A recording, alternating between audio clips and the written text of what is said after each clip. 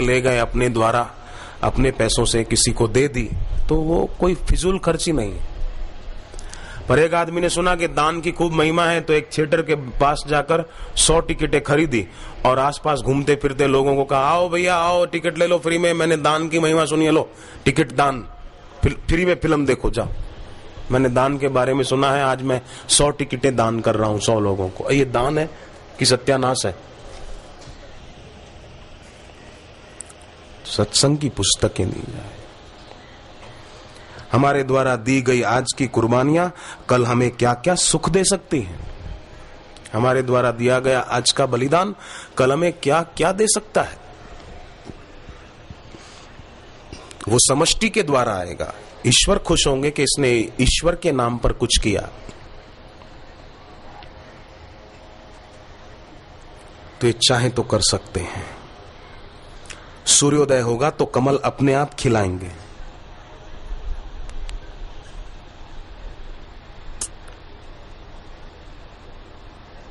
हम अपनी तरफ से लग जाएं बस।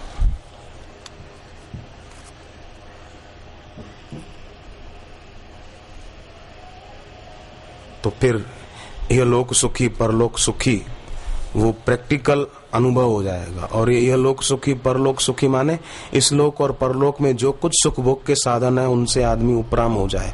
इसी का मतलब यह लोक सुखी परलोक सुखी। बाकी चीजें कितनी ही किसी को मिल जाए वो सुखी थोड़ी हो जाएगा। अमेरिका में लोगों के पास वैभव खूब है, सुविधाएं खूब है, किसी चीज की कमी नहीं है, परंतु को विश्राम की पाव तात सहज संतोष बिनु, चले की जल बिन नाव कोटि जतन पच्ची पच्ची मुह।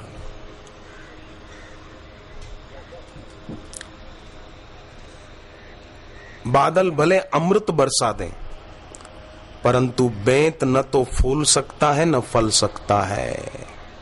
उसी प्रकार ब्रह्मा जी जैसे गुरु मिल जाएं, पर ना समझ आदमी उनसे लाभ नहीं उठा पाता है और दूसरों को भी लाभान्वित नहीं कर सकता है। और समझदार साधक गुरु से लाभ खुद भी उठाता है और दूसरों तक भी गुरु का सत्संग, गुरु का साहित्य पहुंचाकर उनको भी उन्नत करता है। इसलिए हम दूसरों तक भी ये सत्संग की पुस्तकें पहुंचाने का सेवा कार्य जरूर करें।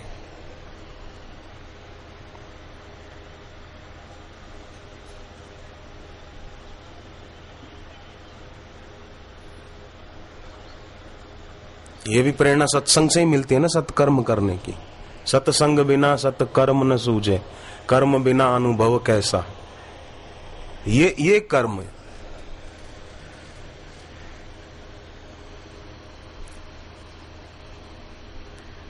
महाराष्ट्र में एक लड़की, उसने दीक्षा ली, बाल संस्कार केंद्र चलाती थी, तो उसके माता पिता उसको डांटते थे, पागल हुई है क्या, ये सब करने की क्या जरूरत है, माला करने काहे को बैठती है, इस उम्र में माला करनी चाहिए क्या।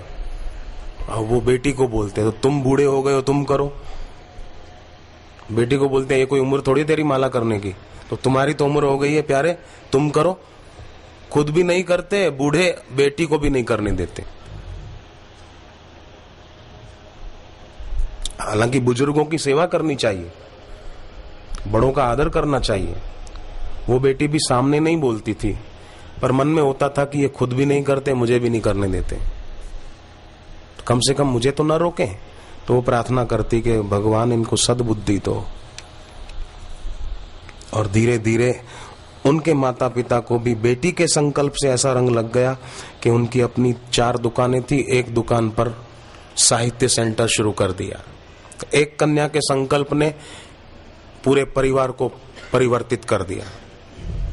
पर कोई कोई रोते रहते हैं, हमारे घर के लोग विरोध करते हैं, क्या करें, हमारे रिश्तेदार विरोध करते हैं, सत्संग में क्यों जाते हो, क्या जरूरत है। हमको तो बहुत दुख होता है। अरे दुख काहे को होता है, तुम संकल्प करो कि इनको भी हमने सत्संग में नहीं ला दिया तो हम भी बापू के शिष्य नहीं, इनको भी हमने दीक्षा न दिला दी तो हम भी भगवान के भक्त नहीं। हरि ओम ओम ओम, ऐसी वीरों वाली मानसिकता रखो ना। हमको डर लगता है कहीं हम भी उनकी तरह ना हो जाएं, वो हमारा विरोध करते हैं, हमको सत्संग में नहीं आने देते। अरे नहीं, कैसे आने देंगे, वो खुद भी आएंगे। ऐसा मन में भाव रखा जाए। उनके विचार हमारी भक्ति को ना रोकें, हमारी भक्ति उनकी विचारधारा बदल दे, ऐसे हम साधक हों पक्के। अब सेवा करने वाले अपनी सेवा शुरू करेंगे। जल्दी जल्दी पहुंच जाए। और गुरुदेव के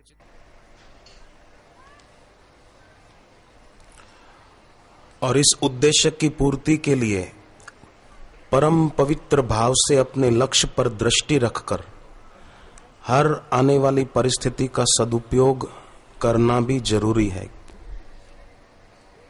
इससे व्यर्थ चिंतन दूर होगा, सार्थक चिंतन जगेगा। सार्थक चिंतन माने अपने इष्ट, अपने सदगुरु, जिसको भी हम मानते हैं, उनकी स्मृति बनी रहे।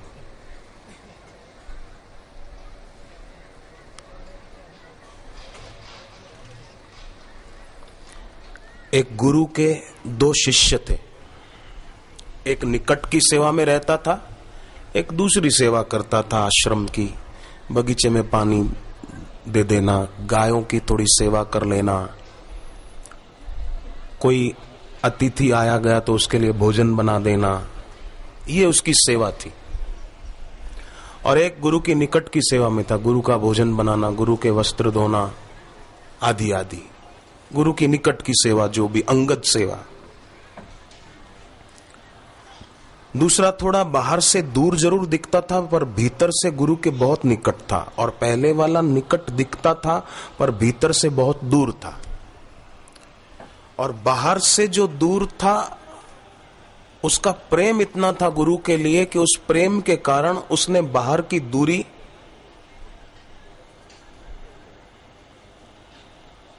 उस बाहर की दूरी से उसका प्रेम घटा नहीं, बल्कि उसने और बढ़ा लिया।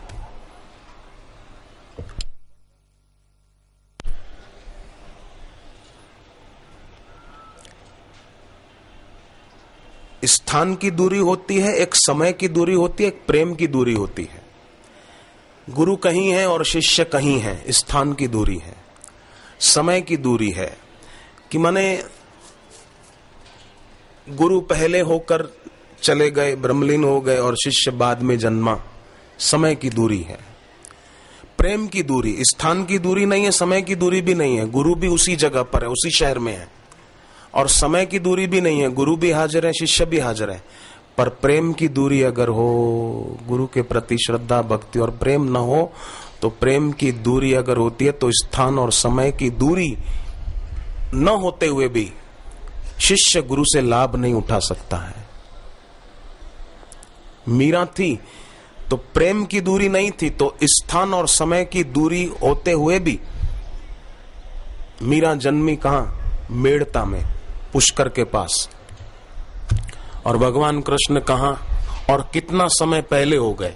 स्थान की भी दूरी, समय की भी दूरी, पर स्थान और समय की दूरी होते हुए भी प्रेम भक्ति की दूरी नहीं थी, तो भगवान को प्रकट कर दिया भक्ति के प्रताप से। ये बड़ी महत्व की बात है। तो दूसरा वाला शिष्य जो था, जो दूर की सेवा में था, बगीचा, गौशाला आदि आदि, वो दूर सेवा करता था, परंतु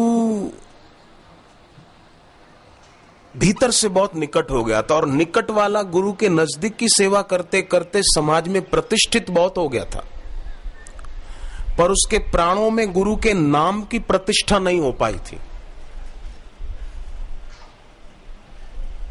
उसकी जगत में सत्य बुद्धि थी, लोगों में मेरा मान सम्मान बना रहे, ऐसी उसकी भावना थी।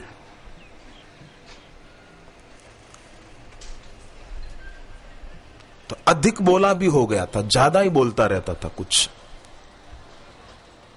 और गुरु में उसकी भगवत बुद्धि नहीं थी। सदगुरु ने कृपा करके निकटता दी थी तो देह बुद्धि थी। धीरे धीरे मान मर्यादा में भी उसके कमी आ गई थी।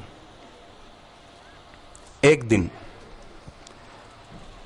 गुरु ने निकट की जो सेवा करता था उसको बुलाया और उसको एक घड़ा दिया कि ले बेटे, तू भी क्या याद करेगा कि गुरु ने तुझे कोई सौगात दी है, ले जा, तेरे लिए। उसको लगा कि इतने साल मैंने सेवा की और बदले में मुझे दिया क्या? 2-3 रुपए का एक घड़ा, बस।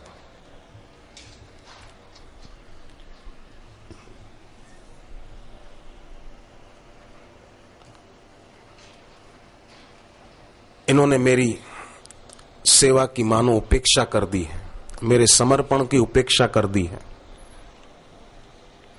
मैं इतने साल इनके निकट रहकर इनकी अंगत सेवा करता रहा, इसकी इन्होंने उपेक्षा कर दी है। और ये 2-3 रुपए का घड़ा पकड़ा दिया मेरे को। पर वो जो दूर की सेवा में रहता था, जनरल सेवा में, वो अंदर में गदगद हो रहा था कि गुरु ने इसको अपने हाथ की स्पर्श की हुई वस्तु दी है, धन्य है ये। गुरु ने सामने से बुलाकर कोई चीज इसको दे दी, वाह वाह वाह वाह। पर उसको लगा कि ये आदमी कुछ गड़बड़ वाला है। गुरु के निकट रहते रहते इसको गुरु में देह भाव हो गया, गुरु में भगवत भाव नहीं है।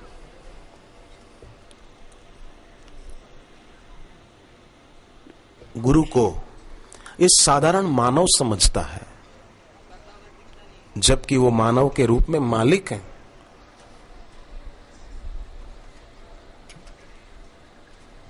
तो उसका बहुत भाव था।